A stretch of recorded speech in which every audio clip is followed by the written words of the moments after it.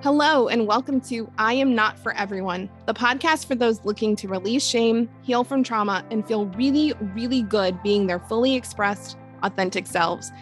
My name's Dr. Lee, and I am a doctorally prepared nurse practitioner and a certified clinical trauma professional, as well as a mom, wife, and a human being navigating the world with complex PTSD. Season 1 of this podcast came about because I was tired of spending decades living in a shame-filled, trauma-laden body and brain. And after doing a lot of work and learning how to return to a safe, grounded place in my life, I knew it was time for me to take my experience in education and use my voice to unsilence myself, to release the leftover shame, and to give others permission to do the same. On season 2 of this podcast, I'm going to be sharing my experience in education. But even more importantly, I'm going to be bringing on some incredible guests who are going to unsilence themselves. They're going to share their own stories of trauma, shame, and their journeys to healing, resiliency, and self-acceptance. While I believe these episodes will be deeply impactful, I do want to add a disclaimer that we're going to be talking about some potentially triggering topics. So please take the invitation to pause or skip or fast forward on any episode, and to treat yourself gracefully and kindly after each time that you listen. Let's dive in.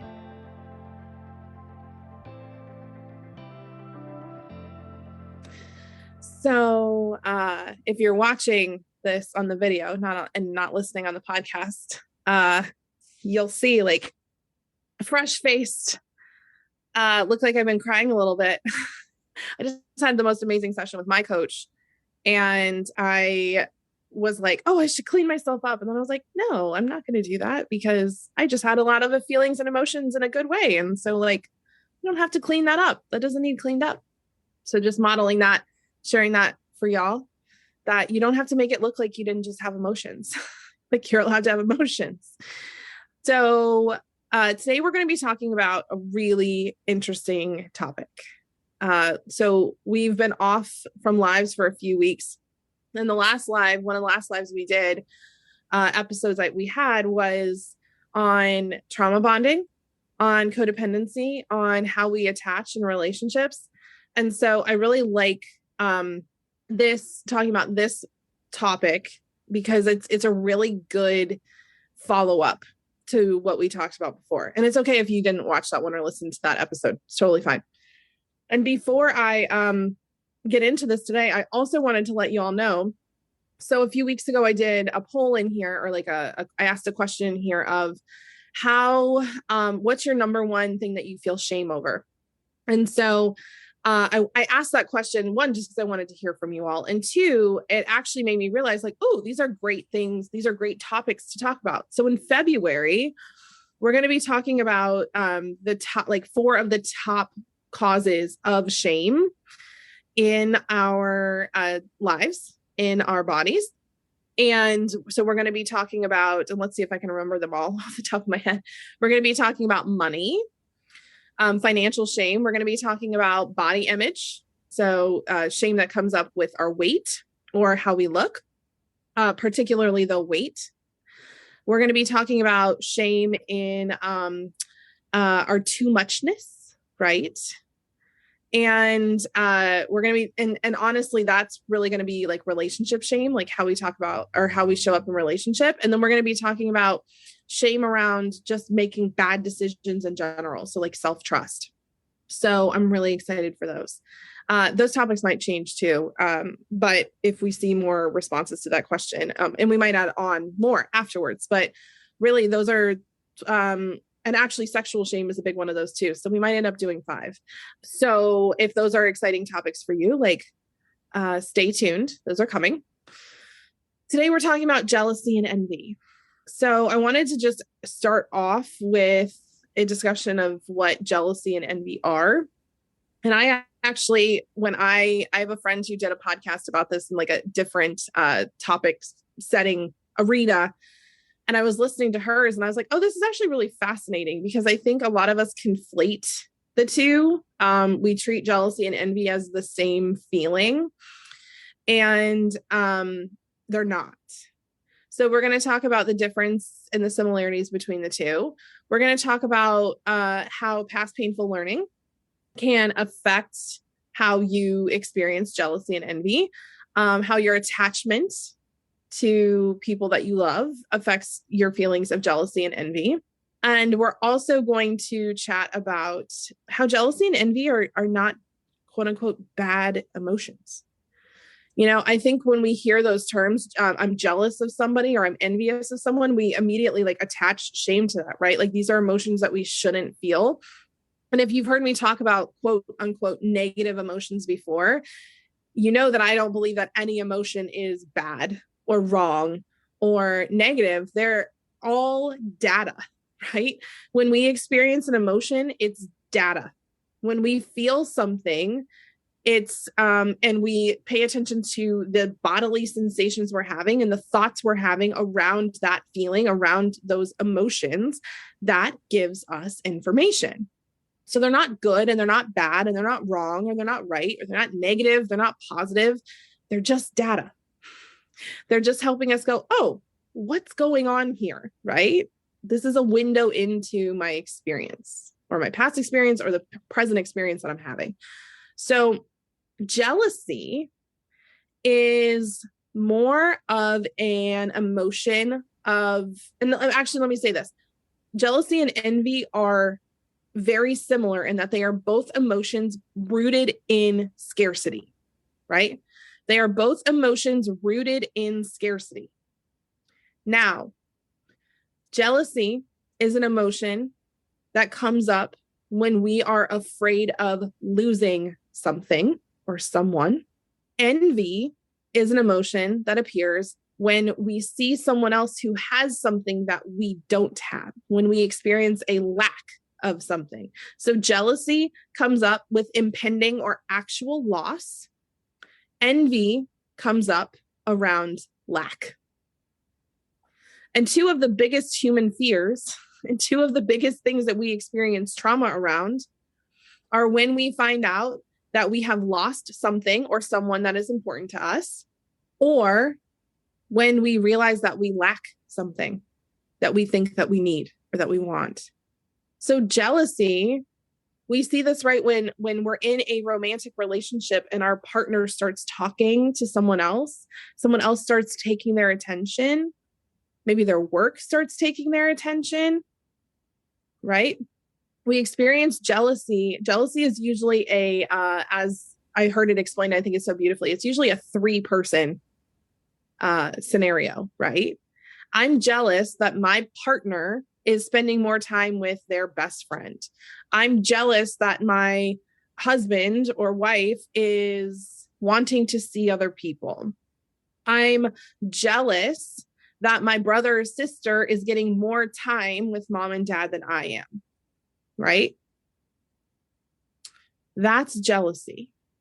Envy, on the other hand, envy is usually a 2-person scenario.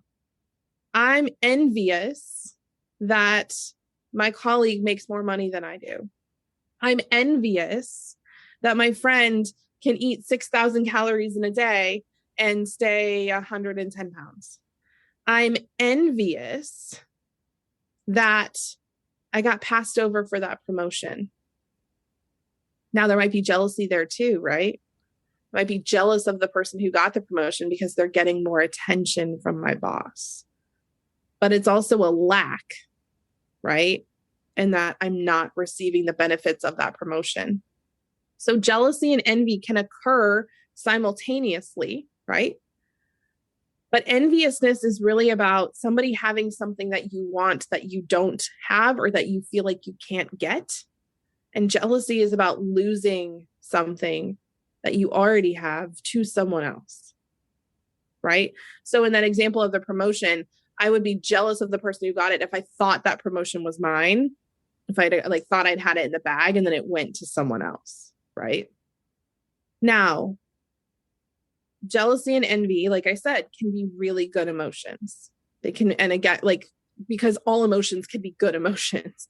Jealousy and envy can be very helpful emotions because jealousy and envy show you what you care about, what your attention is on, what is important to you from an ego standpoint. It shows you what you identify with or who you identify as. And this is really powerful because I love when my clients come to me and they're like, I'm so jealous or I'm so envious. I'm like, tell me more. What is the thing that you want? So let's use the example from an envy standpoint of success and money, right? If I am very envious of my coach or other people in my coaching container, the mastermind container I'm in, because they are making more money or they're having an easier time, like clients are just coming out of the woodwork to work with them, or things just seem easier for them, that gives me a lot of data. So if I lean into that and instead of making myself wrong and shaming myself for having that emotion, I go, what about this scenario? Like, do I really want? What is like rubbing my ego the wrong way about this? Do I believe that it should be just as easy for me as it is for them? Do I believe that their success came faster to them than it did for me, and that doesn't feel fair? Do I believe that I really can't make that much money, and so it's like really annoying to watch somebody else who just believes that they can? What is the actual lack here? And so often the lack isn't what you think it is. So often the lack isn't what you think it is, right? If it seems easier for this person, okay, do I actually know everything that they've gone through in order to see the success and the financial windfall that they are experiencing right now? This actually happened to me the other day. I shared that January 2022, I think I said it was on the 22nd. I said, this is the least I've ever worked in a month. And this is the most cash we've ever had come in a month. It's also the most sales we've ever had in a month. And I had somebody comment underneath my post, oh, you're so lucky. That statement is usually coming out of envy, and it doesn't bother me at all. And what's so interesting to me is when people tell me I'm lucky, I'm often like, oh yeah, like I'm totally privileged and I've had a lot of things go my way. And like, I'm totally owning the fact that the universe has conspired for my benefit in so many ways, right? And also, you have no idea how much work has gone into this, right? It is very, very, very hard to let things be easy. It is very, very hard to let things be easy. And so, a lot of times we don't have the full story. So the thing that we think we're lacking, we're not even lacking. So getting that perspective can be really helpful, right? To be like, okay, I really want what is going on in my life to feel easier. Okay, great. What is this other person doing? First of all, was it actually easy for them? Let's figure that out. And two, if it is easy for them, what are they doing differently than I'm doing? And here's the golden piece in this. If they're doing something differently than I'm doing it, am I willing to do it differently? Do I believe I'm allowed to do it differently? So in this case of this person making more money than me or having success come faster, okay, what are they doing differently than me? Are they actually showing up on social media every day when I'm like kind of hiding off in the shadows? Are they pitching themselves to people that they think would be really great clients? And like, do they feel really confident in what they're selling or providing? And am I willing to do that? Am I willing to do that? Am I willing to look at maybe my past painful experiences that have taught me that I'm not allowed to be visible, or that I can't come across as salesy, or that I shouldn't be on social media every day and I'm just going to like drive everybody nuts with my messaging? Am I willing to look at those limiting beliefs? Am I willing to reframe those things? Am I willing to do the sometimes very hard work to change how I'm seeing a situation in order to have the thing that they have? And if the answer is no to that, that's okay. Sometimes when I get really envious of something, what I realize is that I don't actually want to do the things that this person is doing in order to have what they have. And so then I get to ask myself, okay, is there a different way for me to get this than the way that they're doing it? And if not, do I even want to do this? Do I even really want this? Right? Or do I actually want ease that feels easy for me? Because what's quote unquote easy for her may not be what is easy for me. So if I really want ease for me, what's the definition of that? What does that look like? Right? So there's a lot of data in noticing, oh, I'm feeling envious. So let's talk about jealousy, right? If I'm feeling jealous because my partner is spending all of their time and attention at work and his quote unquote work wife sees him more than his actual wife does, and I'm feeling jealous of the amount of time and attention he's spending there, okay, why is he spending his time and attention there? Why is he spending all of his time and attention there? First of all, is that true? Is that true? Such a good question to ask. Is this true? Is there more truth to this situation? Does it feel true that he's spending all of his time and energy there? Maybe. Is it true? Maybe not. Right? Is he spending all of his time and attention at work because I have said that it's really, really important for me to have a specific lifestyle that requires a specific amount of money? And so he wants to provide that for me. And so he's having to spend more time at work. Am I willing to give up that lifestyle in order to have more of my partner's time and attention? Maybe yes, maybe no.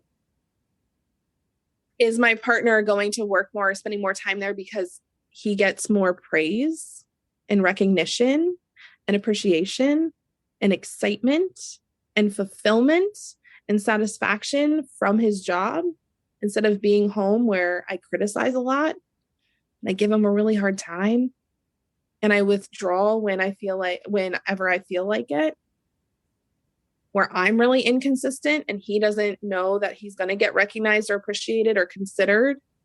And so he goes to a place where he knows he can get that because that's an important need for all of us as humans, is to feel appreciated and seen and loved.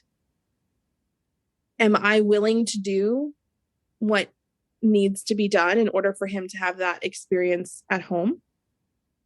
Am I willing to look at how I'm showing up in the situation? If not, totally cool. And does that emotion then make sense?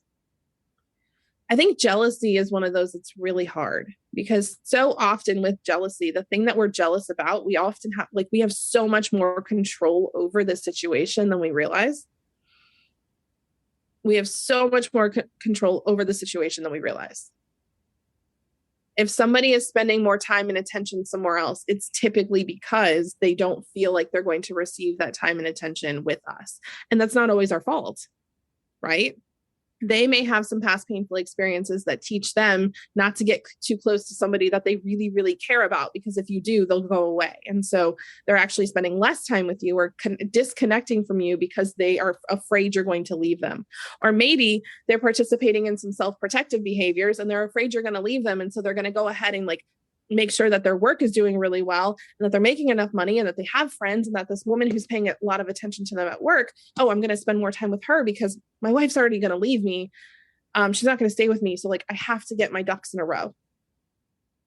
It might not be about you, but I want you to see how so often past painful learning or trauma responses can come into how we act when we feel jealous or when we feel envious, and can create situations of jealousy and envy.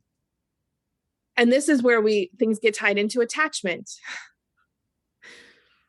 So I do a whole module of this in the foundational TRIPS certification, and we're launching a self-study course in the beginning of March that will include that. So if that's something you're interested in, we did a whole 90-minute talk on attachment, which I'm not going to do here. But just kind of speaking very basically, right? As humans, we have a desire for both autonomy and for connection. And jealousy so often comes up when we feel like someone else is valuing their autonomy over connecting with us. I'll say it again. Jealousy comes up so often when we feel like someone is valuing their autonomy and their ability to connect somewhere else over our connection with them. Right? Jealousy is usually very, very connected to attachment. Because if I'm securely attached to someone else, meaning I feel like I can take care of myself in terms of autonomy and connection, I can manage those reins. And I trust this other person who feels like a safe haven and a secure base for me to also appropriately meet their autonomy and connection needs. Then if they're spending more time with someone else, I can go to them and instead of being like, hey, I'm really jealous, or hey, you need to not spend time there, or hey, you need to do this, or hey, you need to do that. I can actually come at it from a perspective of like, hey, I'm noticing you're spending more time at work. I'm noticing you've gotten really close to this colleague. Can we have a conversation about that? I'm noticing these feelings come up within me where I want more of your attention and I want more connection from you. And I want to lean into, is this a me thing? Is this a you thing? Is this a both of us thing? How can we move forward so that we both feel like our connection needs are being met and our autonomy needs are being met? Fundamentally different conversation than walking up to your partner and being like, you're spending too much time with this person, or you're spending too much time at work and I need you home. Right? And if I have attachment issues, if I have a more insecure attachment due to how I was raised by my primary caregivers, or how I connected to my siblings, or how I connected to my really, really close friends growing up, if I experienced a lot of situations where connection to me was devalued over connection to someone else, the likelihood I'm going to experience jealousy with people that I love, people that I choose growing up, that I choose to love and choose to be in a relationship with, the likelihood I'm going to feel jealousy when they connect to other humans is very high, right? Very high. Because that was a legitimate threat when I was younger, right? I've actually experienced this from a jealousy perspective. You know, I had two very, very significant bullying experiences when I was younger. And I've shared that with y'all in 4th grade and in 9th grade. And both of them happened where I had really, really close best friends who I got vulnerable with, who I was very connected to, who then decided they no longer wanted to be my friends. And more so than that, then started saying some very mean, nasty, hurtful things about me to other people and preventing me from connecting with others. So not only did I lose this connection with somebody that I'd been vulnerable with, but I was also having connections threatened with other people, other peers, other friends. It was very traumatic. So fast forward to today, I get very jealous sometimes when I see my girlfriends, my female friends, hanging out together without me. My brain goes to, they're talking about you. They're having all these experiences together. And I'm sure that they're saying mean, nasty things about you, right? That's where my brain goes. It gets very jealous of the attention that my friends are spending together without me present. And I feel left out. And that's something that I have had to do a lot of work around. So for one thing, it actually kept me from connecting with other female connections, women connections, because I was like, I don't want to go through that again. I don't want to feel jealous. I don't want to feel paranoid. I don't want to feel scared that things are happening behind my back. And also, when I did make connections, I had to be really intentional about when those jealous feelings came up around working through that and not making it about them when it was really about me. It was about how I was feeling, not about how they were feeling. And so I actually have been really honest with several of my close girlfriends and said this before. And I'm like, my brain is telling me that you hate me. Like my brain is saying some really adorable things like, you don't want to be my friend or you don't want to hang out. And I've been really open and honest with them in those conversations. And they're like, Lee, that's hilarious. Like, that's not how we feel about you. Right.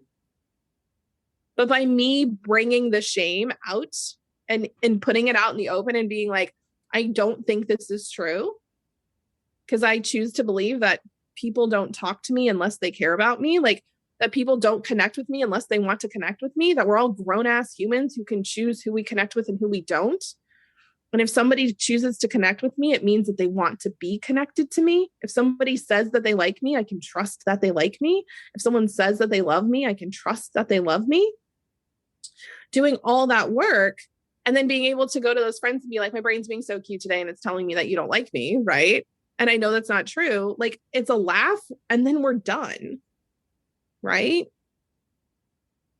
Because I've made secure connections with people that when I say that are willing to be like, no, that's not what's happening. No. Right?